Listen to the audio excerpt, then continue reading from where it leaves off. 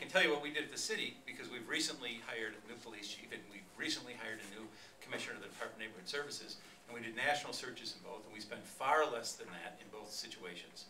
So it can be done. I think that the firm that's been chosen is a reputable firm, so I don't have a disagreement with that. What would I be doing? I would be looking at organizations like the Broad Foundation that does training for superintendents, and work with organizations like that that really create a pipeline for the best people to come into these positions. I think then you could do it for even less than $225,000. But I think it's an example, particularly at the original set aside of $500,000, or the set aside of $250,000 to fight legislation for governance change, that shows that you really aren't putting a priority on putting the dollars in the classroom. I think rather than paying lawyers to fight a political fight, we should be putting those dollars into the classroom.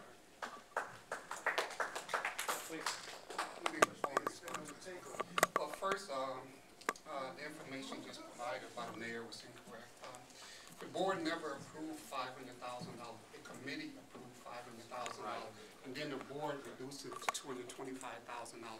What was included in that? You have about $70,000 to cover the search part, but then also you got to have money for site visit, relocation, and then also we put in contingency. If for some reason that the search doesn't work, sometimes you got to go back to the drawing board, and it's not uncommon once candidates for superintendents announce their name, the other district come in and pull them up. So we had all types of contingencies in there because we had to look at the bigger picture. And then also we had included in there was like a supplement funding that if for some reason there was unforeseen situations, we have money in there. But and then you talk about the $250,000 to fight the proposed mayor takeover. For $250,000 to keep people right to vote, I think that's nothing. But one of the things I keep hearing is the sense of urgency. And what I find interesting about that so-called sense of urgency, the chief executive was elected in 2005 in the mayor's office. The governor was elected in 2002. Now, only when you see the potential of federal funding one time do you see people talking about a sense of urgency. And in my introduction statement, I didn't mention the fact that I try to keep my family separated from my political life, but my wife is a career educator at MPS. She started in 1980. She's been an assistant 29 years. She's the principal of one of the most challenging schools in the district. She graduated from Custer High School. I graduated from from King. I went and got 2 masters and a PhD. Both my sons graduated from MPS, and one's a college degree. So you can graduate, and then hear about poverty. I grew up in poverty, so I know poverty is not an excuse. But what is an excuse is when you have people all of a sudden they see dollars, and then now it's this sense of urgency.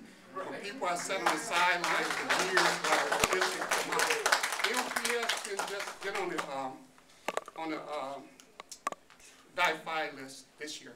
We're going into our 4th year, and what I think is most discouraging to me is that only people we see interest now is when there's a potential of $1.